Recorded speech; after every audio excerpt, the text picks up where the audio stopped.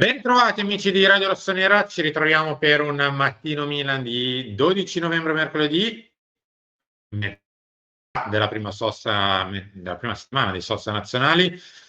Devono ancora partire le prime partite. Caro Enrico Boiani, ciao.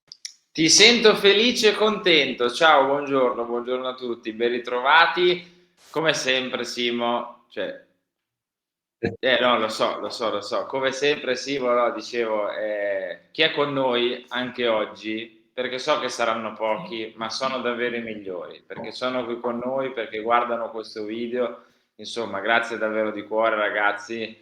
Continuate a supportarci con i like, con i commenti, le iscrizioni, insomma, vi vogliamo un mondo di bene perché chi resta con noi anche in questo periodo davvero vuol dire che ci vuole tanto bene e noi ne vogliamo tanto anche a voi.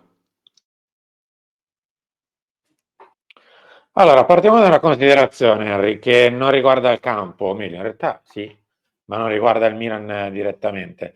È uscito ieri l'audio dell'assegnazione del rigore a Parma su Salmacher. A me dispiace dover tornare ancora sull'argomento, ma vedo che questa voglia così spasmodica di far fare al Milan quasi come se fosse una sorta di cavia. Prima il fuorigioco geografico l'abbiamo scoperto noi, poi abbiamo scoperto la questione di Serra che fischia prima che la palla va dentro e allora no. Poi abbiamo scoperto tante altre piccole novità regolamentari di cui noi facciamo praticamente gli apripista e insomma abbiamo scoperto che il VAR era contro l'assegnazione del rigore. Per fortuna Di Bello prima l'ha dato, perché pensa se non l'avesse fischiato, aspettando il VAR. Il VAR non avrebbe detto nulla, quindi addio. E poi comunque dopo l'on-field review ha detto ok. Guarda, velocemente quello che è stato il dialogo, lo trovate sul sito della radio, c'è un pezzo dedicato, se lo volete leggere con più calma. Il VAR dice, ha dato il rigore, check in corso. L'arbitro dice, per me lo calcia ma controllano, quindi ai giocatori. Allora, guarda, lui prende così, fermano, rallentano un attimo, lui mette il piede a terra, il giocatore del Milan, vediamo con la gamba destra dietro. E l'arbitro continua a dire, per me lo calcia. Lui mette il piede a terra e vediamo il contatto che viene generato. Se viene generato dal 56, cioè Alexis Salmacher. Gli scarpini non si toccano mai. E il VAR dice, è Salmacher che gli va incontro. Lo trascina. Diamogli anche l'ultimo in cui si vede che è Salmacher. Controlliamo l'APP perché te lo devo far vedere. Ti consiglio un field review per non penalty. E quindi il buon Di Bello prende parte e va al monitor. Il VAR dice, è Salmacher che mette il piede a terra e lo colpisce col ginocchio. Ho due camere. Ti faccio vedere il piede a terra e la gamba di Salmacher che è in caduta. E l'arbitro invece gli dice, no, è il difensore che entra nella sua zona. Cioè Salmacher sta correndo ed è la gamba del difensore che gli va davanti, non il contrario. E il VAR dice, no, la gamba è già in caduta e il tocco è generato da Salmacher. E l'arbitro, ridammi la retrobassa. Io confermo, il pallone non lo tocca mai il difensore. E il VAR a quel punto, almeno questo, deve ammettere che il pallone non viene toccato dal difensore. E l'arbitro dice, allora ok, confermo il rigore. E il VAR gli chiede, deve fare l'annuncio, vero? No, vedi te, se vuoi passiamo anche oltre. E l'arbitro poi a quel punto, con il microfono aperto, dice a seguito di revisione il giocatore numero 3 del Parma commette fallo da rigore, decisione finale, conferma il calcio di rigore, non tocca mai il pallone e vabbè, eccetera, eccetera. Henry, Simo, mi immagino che è al dura. VAR le facce quando Di Bello si accorge cioè si accorge, sottolinea il fatto che non avesse mai toccato il pallone il difensore del Parma e loro devono confermare con il meme dell'uomo che piange che effettivamente il pallone non viene toccato. No, scherzi a parte. Tutto ciò è abbastanza surreale, Simo. Da un certo punto di vista mi verrebbe da dire meno male che è stato uno dei pochissimi casi, perché ormai sono sempre meno, i casi in cui l'arbitro conferma la sua decisione, no? Ultimamente stiamo vedendo di solito quando un Allora, arbitro io mi ricordo solo Orsato, non so se tu ti ricordi altro. no, ma me ne ricordo pochissimi, credo un paio in Liga io di averne visti, ma forse uno in Premier, ma veramente li ricordo bene perché sono pochissimi, no? I casi in cui viene confermata la decisione anche dopo un field review. Meno male, mi verrebbe da dire, perché altrimenti se no è sempre un decide il VAR decide A se intervenire o no, B quando interviene decide che ha ragione lui o che comunque la decisione va cambiata rispetto a quella dell'arbitro, insomma è così. Invece Di Bello, riguardando le immagini, dice ma ragazzi, ma io vedo che non lo tocca il pallone, io vedo che è il difensore che va verso Salmacher, per me è rigore, cioè non è che c'è troppo da riguardare. E meno Ah, male che Di Bello a sto giro ha avuto un po' di senno, ecco, per prendere questa decisione qua e per assegnare il rigore. Poi sì, ci siamo sempre di mezzo noi, questo fa sorridere, ma dovrebbe fare soprattutto riflettere. Però, ok, cioè, tanto ormai non mi stupisco più di niente. Simo. Il regolamento del calcio italiano, dell'arbitraggio italiano andrebbe cancellato e riscritto da zero praticamente. Quindi, per come viene interpretato poi oggi, cioè le zone grigie sono 1000, le interpretazioni sono 1000 e quindi è così, va bene. Poi ci siamo sempre di mezzo noi, è questo che forse fa un po' ridere. mm. A me fa riflettere il fatto che in teoria due persone con regolamento medesimo vedano la situazione in maniera differente, in parte totalmente differente. E ti devo dire, io non metto la mano sul fuoco che se al posto di ai tempi Orsato e adesso Di Bello, cioè uno che era praticamente a fine carriera e l'altro che è anche lui verso la seconda parte, quasi fine carriera, cioè due che comunque possono anche dire, senti, sai com'è?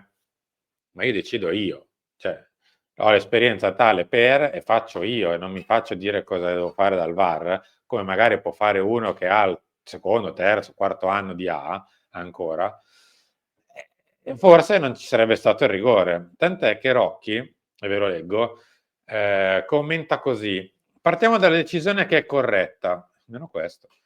E Di Bello ha fatto un'ottima chiamata in questo caso. Probabilmente il fatto che sia molto bravo a fare il VAR ha permesso una valutazione delle immagini con una tranquillità che altri potrebbero non avere. Non è perché fa il bravo, VAR ed è bravo, è perché non si è voluto far mettere la decisione in bocca da un altro. Andiamo avanti. Il rigore è chiaro, on-field review è eccessiva. Non ci doveva essere e andava confermato velocemente. Però preferisco una review in più che una in meno, perché oggi siamo mancati in diverse on-field review. Da questo punto di vista almeno ha senso. È meglio che l'arbitro lo veda una volta in più che una volta in meno e decide il VAR. L'arbitro della partita è Di Bello, la decisione finale la deve prendere Di Bello. Il VAR non arbitra, è un assistente che supporta l'arbitro. Infine, Di Bello fa la revisione in un clima serenissimo e le squadre vanno elogiate. Vabbè, almeno questo. Vabbè, ma sti grandissimi Ma C puntini sai perché puntini del clima non era... serenissimo della decisione. Ma Cioè, sai sti perché non c'era grandissimi. c'era il clima serenissimo, Henry? Chi se ne Perché sia frega? noi che loro erano strasicure del fatto che era rigore. Tutto qua. Esatto, punto primo. Punto secondo, l'arbitro è Di Bello e decide Di Bello, perché appunto, come hai detto tu, Di Bello ha l'esperienza per farlo e anche forse la caratura a livello di arbitro per farlo, no? Eh, Perché magari zufferli della situazione per prenderne uno dei più giovani, no?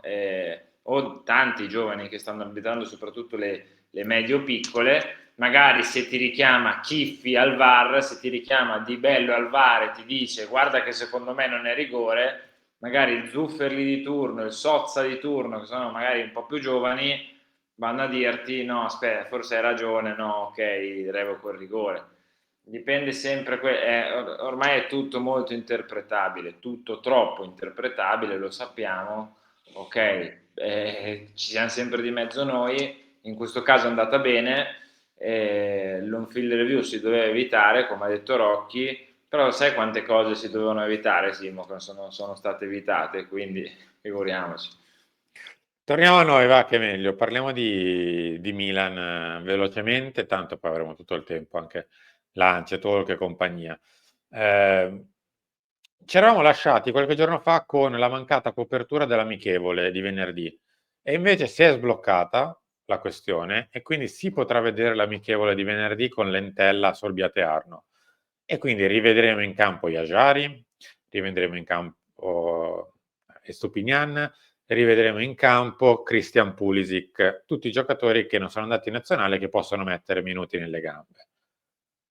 Ora, non dovremmo rivedere in teoria Adrien Rabiot, che anche ieri, che era anche gli ultimi giorni che erano giornate di stacco, è stato a Milanello per recuperare dall'infortunio al soleo, quindi è continuato ad andare a Milanello. Venerdì, probabilmente ad oggi, insomma, non è dato tra i partenti per la gara e quindi speravamo poter, diciamo così, avvicinare al derby con una mezz'oretta magari già nelle gambe per Rabiot per farle muovere, però insomma coltiviamo ancora la speranza che per il derby non ci siano grandi problemi, anche se, come detto, al netto del fatto che venerdì non ci sarà probabilmente nell'amichevole, mi resta, tra virgolette, il buon pensiero di quello che era successo un mese e mezzo fa, circa 2 mesi fa, quando Rabiot, dopo qualche giorno di inattività a causa scazzottata con Raw, era arrivato al Milan e praticamente è iniziato a giocare dal minuto dopo. No, no, sì, è ovvio che questa amichevole principalmente Allegri l'aveva, diciamo, annunciata soprattutto per Adon Yashari, no? Che è stato fuori 2 mesi e mezzo, oltre, e deve un attimino recuperare, ritornare in ritmo partita e avere tempo e spazio di gioco, no?